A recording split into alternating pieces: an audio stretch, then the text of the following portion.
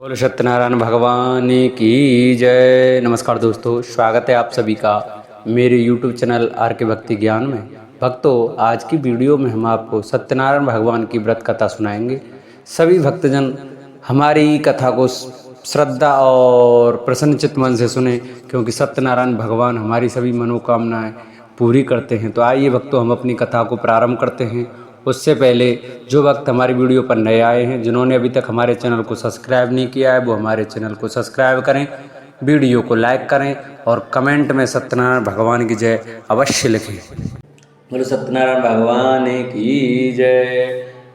पहला अध्याय श्री हरिनवमी। व्यास जी ने कहा, एक समय सौनकादिक सभी मुनिगण नैमिषारण्य में एकत्रित हुए और उन्होंने कलयुग में लोगों के हित के लिए वेदों व पुराणों के ज्ञाता श्री सूत जी से पूछा, हे सूत जी, हे वेद वेदांग के ज्ञाता, इस कलयुग में वह कौन सा व्रत तप है जिसके करने से मनोवांछित फल मिलता है? हे महामुने, कृपया करके हमें कलयुग में पापों से छुटकारे तथा धन दान देने वाले कोई उपाय बताइए। हम सब ऋषि मुनि आपके श्री मुख से वह उपाय सुनना चाहते हैं। श्री सूत जी बोले, हे मुनि श्रेष्ठो, तुम धन्य हो जिसने प्राणियों के हित के लिए ऐसा उत्तम प्रश्न किया है। एक बार ऐसा ही प्रश्न नारद जी ने भगवान कमलापति से किया था, वही मैं आपको सुनाता हूँ। एक बार नारद जी भ्रमण करते करते पृथ्वी लोक में जा पहुंचे। उनका यह भ्रमण तीनों लोकों के प्राणियों के परोपकार की भावना को लेकर था। पृथ्वी लोक में जाकर उन्होंने देखा कि वहां लोग तरह तरह के कष्ट भोग रहे हैं। वे बार बार मृत्यु को प्राप्त होते हैं और हर बार विभिन्न योनियों में जन्म लेकर अपने कर्मों पापों का फल भोगते हैं। उन सभी दुखी प्राणियों को देखकर नारद सोचने लगे कि इनका कष्ट किस प्रकार दूर हो, किस प्रकार इन्हें इन दुखों से मुक्ति मिले। यही सब सोचते सोचते वे विष्णु लोक में आ गए। वहाँ 4 भुजा भगवान विष्णु शेष शैया पर विराजे हुए थे। वे शंख चक्र गदा व कमल अपने हाथों में धारण किए हुए थे। गले में वनमाला पड़ी थी। नारद जी ने मुक्त भाव से उन्हें देखा, फिर बोले, हे श्री हरि, मन और वाणी से परे हे अनंत शक्तिधारी, मैं आपको प्रणाम करता हूँ। हे प्रभु, आपका न आदि है, न मध्य है और न अंत है। आप इससे सर्वथा मुक्त हैं। हे सर्वात्मा के आदिकरण, मैं आपको नमस्कार करता हूँ। नारद जी की स्तुति सुनकर भगवान विष्णु ने मुस्कुराकर पूछा, हे नारद, तुम्हारे मन में अवश्य कोई ऐसी बात है जिसके कारण तुम यहाँ आए हो। तुम्हारे मन में क्या बात है, मुझे सब कुछ बताओ। भगवान के ऐसे वचन सुनकर नारद जी ने कहा, प्रभु, मृत्यु लोक के सभी प्राणी अपने पाप कर्मों के कारण बार बार विभिन्न योनियों में जन्म लेकर कष्ट भोग रहे हैं। हे भगवान, यदि आप मुझ पर कृपा रखते हैं तो इन प्राणियों के दुख दूर करने का कोई सुगम एवं छोटा उपाय बताएं। भगवान श्री कृष्ण बोले, हे नारद, तुम हमेशा सबका हित चाहते हो, तुम साधु हो, प्राणियों के कल्याण के लिए यह तुमने बड़ा ही उत्तम प्रश्न किया है। मैं तुम्हें बताता हूँ कि किस व्रत को करने से व्यक्ति मोह से छूट जाता है। हे नारद, जो व्रत मैं तुम्हें बताने जा रहा हूँ वह स्वर्ग और मृत्यु लोक दोनों में दुर्लभ है, किंतु तुम्हारे स्नेह के कारण मैं तुम्हें इस व्रत का पूरा विधि विधान बताता हूँ। हे नारद, भगवान सत्यनारायण का विधि पूर्वक व्रत करने से तत्काल ही सुख प्राप्त होता है और अंत में प्राणी मोक्ष का अधिकारी हो जाता है। श्री विष्णु भगवान के मुख से ऐसे प्रीति युक्त वचन सुनकर नारद जी ने पूछा, प्रभु, इस व्रत के करने से क्या फल प्राप्त होता है, इसकी विधि और समय क्या है तथा इसे पहले किस किस ने किया है, कृपा करके यह सभी विस्तार पूर्वक बताइए। श्री विष्णु भगवान ने कहा, हे नारद, यह व्रत दुख और सुख को दूर करने वाला है। इससे धन धान्य में वृद्धि होती है तथा सौभाग्य व संतान की प्राप्ति होती है। प्राणी को चारों दिशाओं में विजयश्री दिलाने वाले इस व्रत को व्यक्ति किसी भी दिन पूर्ण श्रद्धा व भक्ति से कर सकता है। सायंकाल धर्म में पूरी आस्था रखते हुए बंधु बांधवों सहित किसी ब्राह्मण के सहयोग से भगवान श्री सत्यनारायण जी का पूजन करना चाहिए। सबाया प्रसाद बनाना चाहिए। प्रसाद में केले का फल, घी, दूध व गेहूं का आटा ना चाहिए। यदि गेहूं का आटा उपलब्ध ना हो तो चावल का आटा ले लें और उसमें शक्कर के स्थान पर गुड़ मिला लें। यह सब मिलाकर सवाया बना नैवेद्य भगवान को अर्पण करें। इसके बाद कथा सुनकर प्रसाद ग्रहण करना चाहिए तथा ब्राह्मणों को दक्षिणा देनी चाहिए। बंधु बांधवों सहित ब्राह्मणों को भोजन कराकर स्वयं भी भोजन करना चाहिए। प्रसाद आदि ग्रहण करने के बाद भजन कीर्तन करना चाहिए। फिर भगवान सत्यनारायण का स्मरण करते हुए सभी बंधु बांधवों अपने घरों को प्रस्थान करें। इस प्रकार जो भी भगवान श्री सत्यनारायण जी का व्रत पूजन करता है इसकी सभी मनोकामनाएं अवश्य पूरी होती हैं। इस कलयुग में दुख एवं दरिद्रता से छुटकारा पाने का इससे कोई छोटा उपाय नहीं है। इति श्री स्कंद पुराणे रेवा खंडे सत्यनारायण व्रत कथायां प्रथमोऽध्याय। श्री हरि नमः। बोलो सत्यनारायण भगवान की जय। श्रीमन्नारायण नारायण नारायण लक्ष्मी नारायण नारायण नारायण। द्वितीय अध्याय। श्री हरि नमः। सूत जी बोले, हे ऋषि मुनि, पहले इस व्रत को किस किसने किया अब मैं तुम्हें इस व्रत में बताता हूँ। सुनिए। बहुत ही रमणीय स्थल काशीपुरी में एक बड़ा ही निर्धन ब्राह्मण रहता था। वह भूख प्यास से दुखी यहाँ वहाँ भटक भिक्षा मांगकर अपना पेट भरता था। इस ब्राह्मण को दुखी देखकर ब्राह्मणों से प्यार करने वाले भगवान विष्णु बड़े व्यथित हुए। फिर एक दिन वे बूढ़े ब्राह्मण का वेश धारण कर पृथ्वी पर आकर उस ब्राह्मण से बोले, हे विप्र, तुम इतने दुखी होकर इस पृथ्वी पर क्यों भटक रहे हो? कृपया कर मुझको अपनी विपदा बताओ। ब्राह्मण बोला, हे बंधु, मैं अत्यंत ही निर्धन और दुखी हूँ। क्या आप इस निर्धनता से मुक्त होने का कोई उपाय जानते हैं? यदि जानते हैं तो कृपया करके मुझको बताएं। मैं वह उपाय अवश्य करूँगा ताकि मुझे इस कष्टपूर्ण जीवन से मुक्ति मिले। बूढ़े ब्राह्मण ने कहा, सत्यनारायण स्वरूप भगवान विष्णु सबको मनचाहा फल देने वाले हैं। अतः हे विप्र, तुम उन्हीं का उत्तम व्रत व पूजन करो। भगवान सत्यनारायण का व्रत व पूजन करने से मनुष्य के सब दुख दूर हो जाते हैं। हे भगवान, गरीब ब्राह्मण ने कहा, कृपया मुझे उस व्रत का विधि विधान बताइए। आपके अनुसार मैं उत्तम फल प्रदान करने वाले इस व्रत को अवश्य करूँगा। बूढ़े ब्राह्मण वेशधारी भगवान विष्णु ने उसे सत्यदेव भगवान के व्रत पूजन का विधान बताया और अंतर्ध्यान हो गए। निर्धन ब्राह्मण ने मन ही मन में संकल्प लिया कि वह बूढ़े ब्राह्मण द्वारा बताया गया व्रत अवश्य करेंगे। इन्हीं विचारों के कारण उसे रात भर नींद नहीं आई।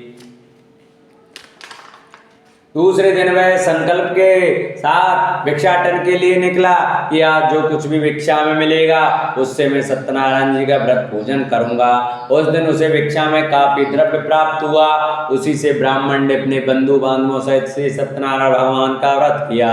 व्रत के प्रभाव और भगवान सत्यदेव की कृपा से वह संपत्तिवान हो गया। तब से उस ब्राह्मण ने प्रतिमाह व्रत रखना आरंभ कर दिया और अंत में सब पापों से मुक्त हो मोक्ष को प्राप्त हुआ।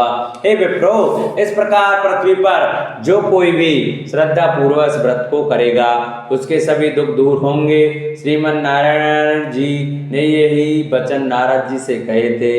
अब आप लोग बताइए कि और क्या जानने की इच्छा है? तब ऋषिगणों ने पूछा, हे सूत जी, अब यह बताइए कि आगे चलकर ब्राह्मण के बाद किसने इस व्रत को किया, यह जानने की हमारी प्रबल इच्छा है। सूत जी बोले, उस ब्राह्मण से सुनकर आगे यह व्रत किन किन लोगों ने किया यह भी ध्यान पूर्वक सुनो। वह ब्राह्मण धन दान से भरपूर होकर एक बार व्रत कर रहा था कि एक लकड़हारा वहां आया। लकड़ी का बोझ बाहर रखकर वह प्यास बुझाने के उद्देश्य से ब्राह्मण के घर में गया। वहां उसने ब्राह्मण को देखा जो अपने बंधु बांधवों सहित भगवान श्री सत्यनारायण का व्रत और पूजन कर रहा है। वह सब देख लकड़हारे को बड़ी उत्सुकता हुई। उसने ब्राह्मण को प्रणाम करके पूछा, हे प्रभु, हे ब्राह्मण देव, आप यह किसका पूजन कर रहे हैं और इस पूजन का क्या फल मिलता है? कृपया कर विस्तार पूर्वक मुझे बताइए। ब्राह्मण बोला, हे भाई लकड़हारे, ये हम भगवान सत्यनारायण का व्रत और पूजन कर रहे हैं। सत्यदेव भगवान का यह व्रत सभी मनोरथों को सिद्ध करने वाला और सुख फलदायी है। उन्हीं की कृपा से मेरे घर यह सब धन धान्य और सुख वैभव है। यह जानकर लकड़हारा बहुत प्रसन्न हुआ। वह प्रसाद ग्रहण करके तथा जल पीकर बाहर आया और अपना गट्ठर उठाकर लकड़ी बेचने के लिए शहर को चल दिया। रास्ते में चलते चलते उसने सोचा कि आज ये लकड़ियां बेचकर जो भी धन प्राप्त होगा उससे मैं भी भगवान सत्यनारायण का व्रत और पूजन करूंगा। यह संकल्प कर वह उस बस्ती की ओर चल दिया जहाँ नगर के अमीर लोग रहते थे। भगवान सत्यनारायण की ऐसी कृपा हुई कि उस दिन उसे लकड़ियों के दुगने दाम प्राप्त हुए। लकड़हारे ने प्रसन्न होकर पके केले, शक्कर, घी, दूध और गेहूं का आटा सवाया बनवाकर खरीद लिया और अपने घर को चल पड़ा। लकड़हारे ने अपने भाई बांधवों सहित विधि पूर्वक भगवान का पूजन व्रत किया। व्रत के प्रभाव से वह पुत्रवान और धनवान बन गया। फिर इस लोक में चिरकाल तक सुख भोग कर अंत में भगवान सत्यनारायण की कृपा से उनके लोक को चला गया। श्री स्कंद पुराण रेवा खंडे श्री सत्यनारायण व्रत कथा 2य अध्याय पूर्ण हुआ। बोलो सत्यनारायण भगवान की जय। श्रीमन नारायण नारायण नारायण, लक्ष्मी नारायण नारायण नारायण। 3य अध्याय। श्री सूत जी बोले, हे मुनियो, अब मैं इससे आगे की कथा सुनाता हूँ, ध्यान पूर्वक सुनो। पूर्व काल में उल्कामुक नाम का एक बुद्धिमान राजा था। वह बड़ा ही जितेंद्रिय एवं सत्यवादी था। वह नित्य प्रति मंदिर आदि में जाकर ब्राह्मणों को दान दक्षिणा देकर प्रसन्न रखता था। उसकी रानी बड़ी पतिव्रता और सुमुखी थी। एक बार वे राजा रानी भद्रशिला नदी के तट पर भगवान सत्यनारायण का व्रत कर रहे थे। उसी समय साधु नामक एक वैश्य धनदान से भरी अपनी नौका लेकर वहां पहुंचा। साधु वैश्य ने नाव को किनारे पर लगाकर व्रत पूजन में व्यस्त राजा रानी को देखा। फिर उनके निकट जाकर विनय पूर्वक राजा से बोला, हे राजन, आप इतने भक्ति भाव से किस देवता का पूजन कर रहे हैं? कृपया कर यह सब वृतांत मुझे भी बताइए। राजा उनकी विनय सुनकर बोला, हे वैश्य, हम अपने बंधु बांधवों सहित विष्णु भगवान जैसे तेजस्वी भगवान श्री सत्यनारायण जी का व्रत और पूजन कर रहे हैं। यह सब हम पुत्र आदि की प्राप्ति के लिए कर रहे हैं। राजा की बात सुनकर साधु बोला, महाराज, आप कृपा करके मुझे इस व्रत के संबंध में सारा विधान बताएं ताकि मैं भी यह व्रत करूं। मेरे भी कोई संतान नहीं है, क्या इस व्रत के प्रभाव से मेरी संतान हो जाएगी? अवश्य होगी। वैश्य भगवान सत्यदेव किसी को कभी निराश नहीं करते। यह कहकर राजा ने उसे व्रत से संबंधित पूरा विधि विधान बता दिया। सब कुछ जान लेने के बाद वैश्य खुशी खुशी अपने घर चल दिया। घर पहुंचकर उसने अपनी पत्नी लीलावती को सब कुछ बताया। फिर बोला, यदि हमारे घर संतान हुई तो हम भी सत्यनारायण भगवान का व्रत करेंगे। उसकी पत्नी यह सुनकर बहुत प्रसन्न हुई। इस प्रकार दिन गुजरने लगे और कुछ समय बाद लीलावती गर्भवती हो गई। 10वें माह में उसने एक कन्या को जन्म दिया। यह कन्या चंद्रकला की भांति दिनों दिन बढ़ने लगी। इस कन्या का नाम कलावती रखा गया। एक दिन लीलावती ने अपने पति से कहा, स्वामी, आपने कहा था कि जब हमारे संतान उत्पन्न हो जाएगी तब आप भगवान सत्यनारायण का व्रत व पूजन करेंगे। अब आप अपने संकल्प के अनुसार यह कार्य क्यों नहीं करते? साधु बोला, प्रिय, हम कन्या के विवाह के समय यह व्रत कर लेंगे। इसके बाद वैश्य उन्हें अपने काम से दूसरे नगर को चला गया। इधर कन्या भगवान सत्यनारायण की कृपा से तेजी से बढ़ रही थी। एक दिन वैश्य ने अपनी पुत्री को सहेलियों के साथ विचरण करते देखा तो उसे सुधि आई कि कन्या सयानी हो गई है और अब इसका विवाह कर देना चाहिए। अतः पत्नी से विचार विमर्श करके उसने शीघ्र ही कन्या के योग्य वर तलाशने के लिए अपने दूतों को भेज दिया। वैश्य की आज्ञा पाकर दूत सर्वप्रथम सुसंपन्न कांचन नगर को चल दिए। कुछ दिनों के बाद वे वहां से एक बड़े ही गुणवान और सुंदर वैश्य पुत्र को अपने साथ ले आए। साधु वैश्य ने अपने बंधु बांधवों सहित उसे देखा और वार्तालाप करके संतुष्ट हो गया। फिर कुछ दिन के बाद उसने विधि पूर्वक अपनी कन्या का विवाह उसके साथ कर दिया। लेकिन दुर्भाग्यवश उस समय भी वह भगवान श्री सत्यनारायण जी का व्रत और पूजन करना भूल गया। परिणाम स्वरूप श्री सत्यनारायण भगवान रुष्ट हो गए। इस प्रकार कुछ समय बीत गया। अब वैश्य ने सोचा कि व्यापार के लिए चलना चाहिए। अपने कार्य के प्रति वह सदा ही सचेत रहता था। अतः अपने जमाता को लेकर वह व्यापार के लिए चल दिया। इस बार वह समुद्र के समीप रत्नसार नामक सुंदर और संपन्न नगर गया। वहां जाकर वह अपने जमाता के साथ व्यापार में व्यस्त हो गया। इस सुंदर और संपन्न नगर में राजा चंद्रकेतु का राज्य था। उस समय अपनी प्रतिज्ञा से भ्रष्ट हुए वैश्य को भगवान सत्यनारायण ने शाप दे दिया, हे वैश्य, तू घोर कष्ट को प्राप्त होगा। एक दिन राजा की संपत्ति चुराकर एक चोर वहां गया जहां वैश्य साधु और उसका जमाता ठहरे हुए थे। उसके पीछे राजा के सिपाही लगे थे, अतः डर के मारे उसने राजा का चुराया हुआ धन वहीं छोड़ दिया और अलोप हो गया। उसके पीछे पीछे आए सिपाहियों ने राजा का धन वहां पड़ा देखा तो चोरी के अपराध में उन दोनों वैश्यों को बंदी बना लिया गया। हर्षित होकर सिपाहियों ने जाकर राजा को बताया, महाराज, राजमहल में चोरी करने वाले 2 चोरों को हम पकड़ कर लाए, आप देखकर आज्ञा दें। राजा ने बिना कुछ देखे वाले विचार किए, आज्ञा दे कि इन दोनों को बंदी गृह में डाल दिया जाए। भगवान श्री सत्यनारायण जी की माया से किसी ने भी उनकी बात नहीं सुनी। राजा चंद्रकेतु की आज्ञा से उनका सारा धन भी छीन लिया गया। उधर भगवान के शाप के कारण वैश्य की पत्नी भी बहुत दुखी हो गई। उसके घर की सारी संपत्ति चोर चुरा ले गए। वह शरीर से रुग्ण होकर चिंतित अवस्था में अन्न के लिए घर घर भटकने लगी। पहनने ओढ़ने की क्या कहें, घर में खाने को अन्न का दाना तक नहीं रहा। ऐसा ही हाल उसकी पुत्री कलावती का भी था। एक दिन भूखी प्यासी कलावती एक ब्राह्मण के यहाँ गई जहाँ उसने भगवान सत्यनारायण जी का व्रत व पूजन होते देखा। उसने वहां बैठकर बड़ी श्रद्धा से कथा सुनी और प्रसाद लेकर रात को अपने घर लौटी। घर आने पर उसकी माँ ने पूछा, बेटी, इतनी रात गए तक तू कहाँ थी तथा तेरे मन में क्या है? कलावती ने माँ को बताया, मैंने एक ब्राह्मण के घर पर सभी मनोकामनाओं को पूर्ण करने वाले भगवान सत्यनारायण का व्रत होते देखा है। मैं भी वहीं थी और श्रद्धा पूर्वक कथा श्रवण कर रही थी। कन्या की बात सुनकर वैश्य की पत्नी को तत्काल स्मरण आया कि उसके पति ने व्रत करने का संकल्प लिया था किंतु आज तक व्रत नहीं किया। उसने सोचा कि संभव है इसलिए हम पर यह कष्ट आ गया हो। यह सोचकर उसने तत्काल निर्णय लिया कि अपनी पुत्री के साथ वह भी इस व्रत को करेगी। दूसरे ही दिन लीलावती ने अपने बंधु बांधवों के साथ व्रत किया और भगवान सत्यदेव से प्रार्थना की कि उसके पति व जमाता शीघ्र लौट आएं और प्रभु सत्यनारायण उसके अपराध को क्षमा करें। लीलावती द्वारा किए गए व्रत और उसकी प्रार्थना को सुनकर भगवान सत्यदेव प्रसन्न हो गए। उसी रात उन्होंने स्वप्न में राजा चंद्रकेतु को दर्शन देकर आज्ञा दी कि हे राजा, सवेरा होते हुए उन दोनों वैश्यों को मुक्त कर दें तथा उनका छीना हुआ धन भी लौटा दें। यदि ऐसा नहीं करेगा तो मैं धन और पुत्रों से तेरा राज्य का नाश कर दूंगा।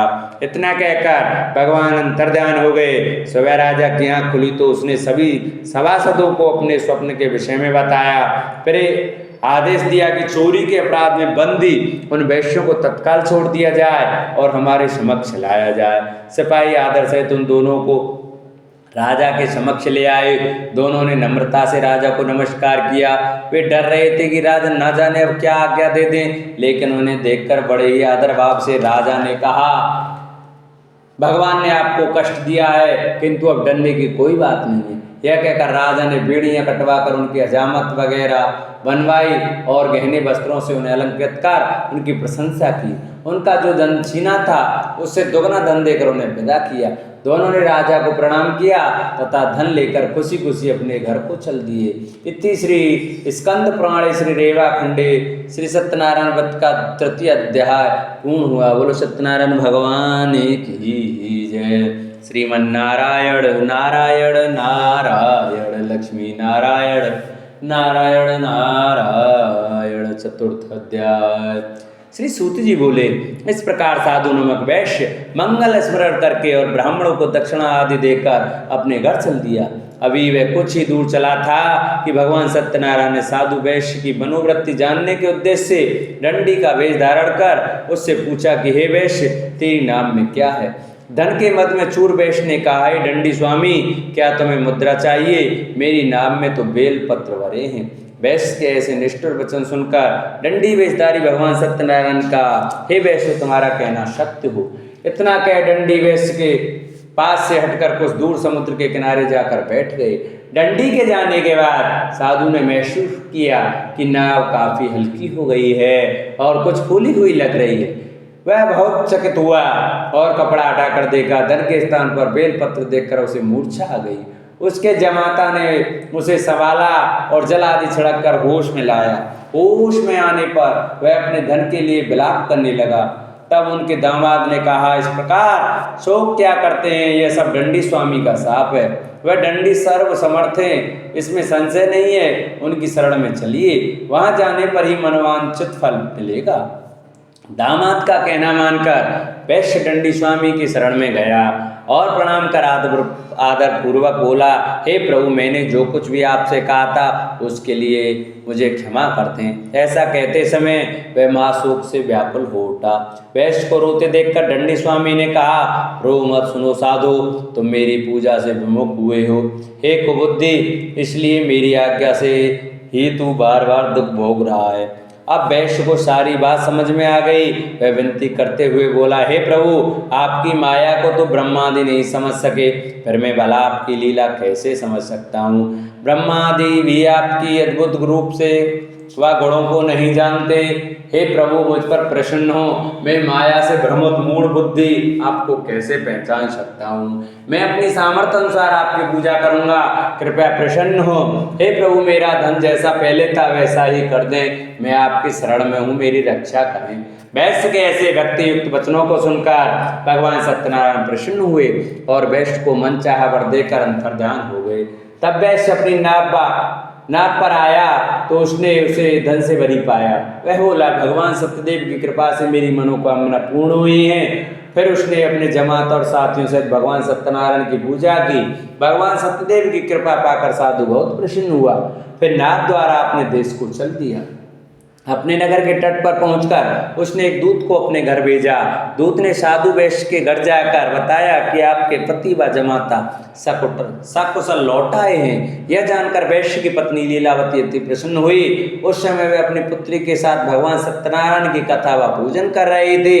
कथा समाप्त कर उसने प्रसाद ग्रहण किया और अपनी पुत्री से बोली, बेटी, मैं जाकर तेरे पिता को देखती हूँ, तू प्रसाद आदि ग्रहण करके आ जाना।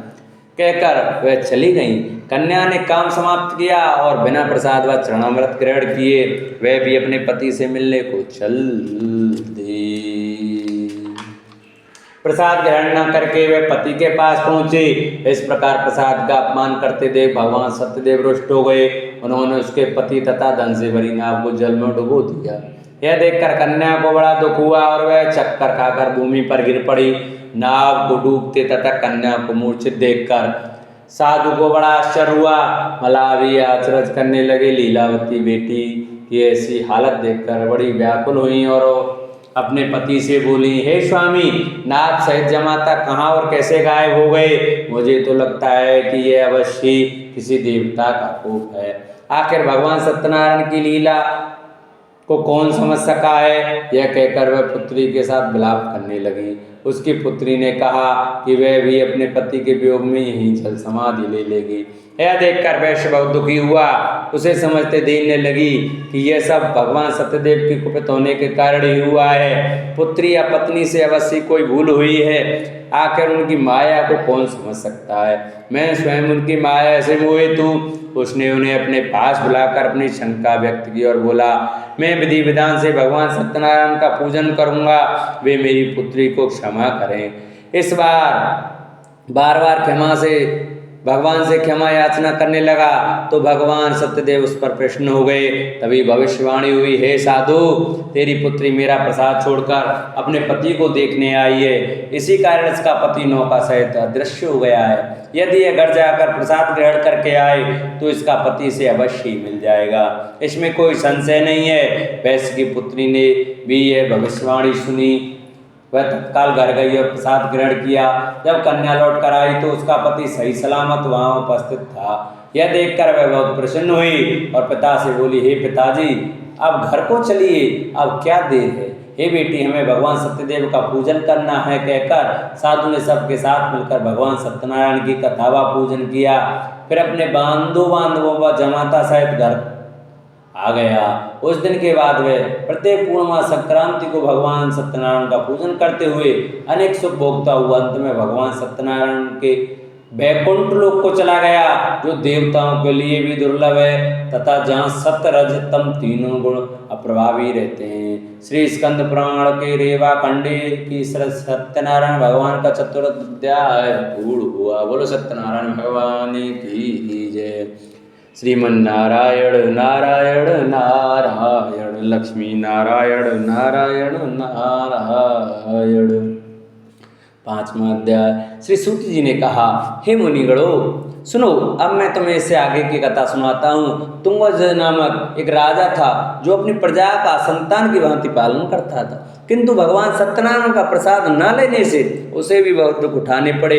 एक दिन राजा शिकार खेलने के लिए वन में गया, जहाँ उसने बहुत से जीवों का शिकार किया। वहीं एक बट वृक्ष के नीचे उसने कुछ ग्वालों को भगवान सत्यनारायण का पूजन करते देखा, किंतु गर्व के कारण न तो वह पूजन स्थल तक गया और न ही भगवान को प्रणाम किया। फिर भी गोप ग्वाले प्रसाद लेकर राजा के पास गए। प्रसाद को राजा के समीप रखकर वे पूजन स्थल को लौट गए। राजा ने प्रसाद की ओर देखा भी नहीं, जिसके कारण उसे बड़ा ही दुख भोगना पड़ा। उसके 100 पुत्र, धन धान्य व राज सभी कुछ नष्ट हो गए। अतः राजा वहीं पहुंचा जहां भगवान सत्यदेव का पूजन हो रहा था। वहां जाकर राजा ने ग्वाल बालों के संग भगवान सत्यनारायण का पूजन किया और क्षमा याचना की। इससे भगवान सत्यनारायण प्रसन्न हुए। उनकी कृपा से उसे पुत्र आदि सब कुछ पुनः प्राप्त हो गया। फिर इस जीवन में सुख भोग कर अंत में वह सत्यनारायण भगवान के लोक को चला गया। इस परम दुर्लभ सत्यनारायण व्रत को जो भी धारण करता है और इसकी फलदायी कथा को भक्ति पूर्वक सुनता है, उसे श्री सत्यनारायण की कृपा से भरपूर धन धान्य आदि प्राप्त होते हैं, दरिद्र धन पाते हैं, बंदी बंधनों से मुक्त हो जाते हैं, भयग्रस्त को भय मिट जाता है। यह निसंदेह सत्य है। इस कथा व व्रत के प्रभाव से व्यक्ति जीवन भर सुख भोग कर अंत में सत्यलोक को पाता है। हे विप्रो, यह मैंने सत्यनारायण व्रत की कथा कही। इसके प्रभाव से व्यक्ति सब बंधनों से मुक्त हो जाता है। यह व्रत पूजन कलयुग में विशेष फलदायी है। भगवान सत्यनारायण अलग अलग समय में अलग अलग रूप धारण करके अपने भक्तों को सुख पहुंचाते हैं। कोई उन्हें काल कहता है, कोई ईश्वर कहता है, कोई सत्यदेव तो कोई सत्यनारायण। अनेक रूप धारण कर भी वे मन चाहा फल देने वाले हैं। कलयुग में सत्यव्रत रूपी सनातन सत्यनारायण ही होंगे। सभी को मन चाहा फल देने के लिए भगवान विष्णु ने सत्यनारायण का रूप धर लिया है। हे मुनिगण, जो इस कथा का नित्य पाठ करेंगे अथवा सुनेंगे, श्री सत्यनारायण की कृपा से उनके समस्त पाप नष्ट हो जाएंगे। सूत जी बोले, हे मुनीश्वरों, जिन्होंने सत्यनारायण का व्रत पहले किया था उनके अगले जन्म की कथा सुनाता हूँ, सुनो। महान बुद्धिमान सतानंद ब्राह्मण सुदामा हुआ और कृष्ण की आराधना कर मोक्ष को प्राप्त हुआ। लकड़ी बेचने वाला लकड़हारा भील गुहराज बना और श्री राम जी की सेवा कर मोक्ष का अधिकारी हुआ। राजा उल्कामुख महाराज दशरथ हुए और श्री रंगनाथ की पूजा कर वैकुंठवासी हुए। साधु नामक वैश्य सत्य व्रतधारी मूर्धज राजा बना। वह आधा शरीर आरे से चीरकर दान देने के कारण मोक्ष को प्राप्त हुआ। राजा तुंगध्वज स्वयं मनु हुए। वे सभी को वैष्णव पथ पर लगा भागवत बना वैकुंठ हो गए। श्री स्कंद पुराणे रेवा खंडे श्री सत्यनारायण भगवान का 5वां अध्याय पूर्ण हुआ। बोलो सत्यनारायण भगवान की जय। बोलो श्रीमन नारायण नारायण नारायण लक्ष्मी नारायण नारायण नारायण। बोलो सत्यनारायण भगवान की जय। सत्यनारायण भगवान की आरती। जय लक्ष्मी रमणा स्वामी, जय लक्ष्मी रमणा। सत्यनारायण स्वामी, सत्यनारायण स्वामी, जनपातक हरणा। ओम जय लक्ष्मी रमणा। रत्न जड़ित सिंहासन अद्भुत छविराजे, स्वामी अद्भुत छविराजे। नारद करत निराजन, नारद करत निराजन, घंटा ध्वनि बाजे। ओम जय लक्ष्मी रमणा। प्रगट भय कल कारण दुज को दरस दियो, स्वामी दुज को दरस दियो। बूढ़ो ब्राह्मण बनकर बूढ़ो ब्राह्मण बन कर कंचन महल कियो। ओम जय लक्ष्मी रमणा। दुर्लभ मील कठारो जिन पर कृपा करी, स्वामी जिन पर कृपा करी। चंद्रचूर्ण एक राजा, चंद्रचूर्ण एक राजा, तिनकी विपत हरी। ओम जय लक्ष्मी रमणा। वैश्य मनोरथ पायो श्रद्धा तज दीनी, स्वामी श्रद्धा तज दीनी। सो फल भोग्यो प्रभु जी, सो फल भोग्यो प्रभु जी, फिर स्तुति कीनी। ओम जय लक्ष्मी रमणा। भाव भक्ति के कारण छिन छिन रूप धर्यो, स्वामी छिन छिन रूप धर्यो। श्रद्धा धारण कीनी, श्रद्धा धारण कीनी, तिनको कारज सर्यो। ओम जय लक्ष्मी रमणा। ग्वाल बाल संग राजा वन में भक्ति करी, स्वामी वन में भक्ति करी। मनवांचित फल दीनो, मनवांचित फल दीनो, दीन दयालु हरि। ओम जय लक्ष्मी रमणा। चढ़त प्रसाद सवायो कदली फल सेवा, स्वामी कदली फल सेवा। धूप दीप तुलसी से, धूप दीप तुलसी से, राजी सतदेवा। ओम जय लक्ष्मी रमणा। सत्यनारायण जी की आरती जो कोई नर गावे, स्वामी प्रेम सहित गावे। रिद्धि सिद्धि सुख संपत्ति, रिद्धि सिद्धि सुख संपत्ति, सहज रूप पावे। ओम जय लक्ष्मी रमणा। बोलो सत्यनारायण भगवान की जय, बोलो विष्णु भगवान की जय। जिन भक्तों को हमारी कथा अच्छी लगी हो वो हमारी कथा को ज़्यादा से ज़्यादा शेयर करें। जो भक्त हमारे चैनल पर नए आए हैं वो हमारे चैनल को सब्सक्राइब करें, वीडियो को लाइक करें और कमेंट में ओम नमो भगवते वासुदेवाय, ओम सत्यनारायण भगवान की जय लिखना न भूलें। बोलो सत्यनारायण भगवान की जय।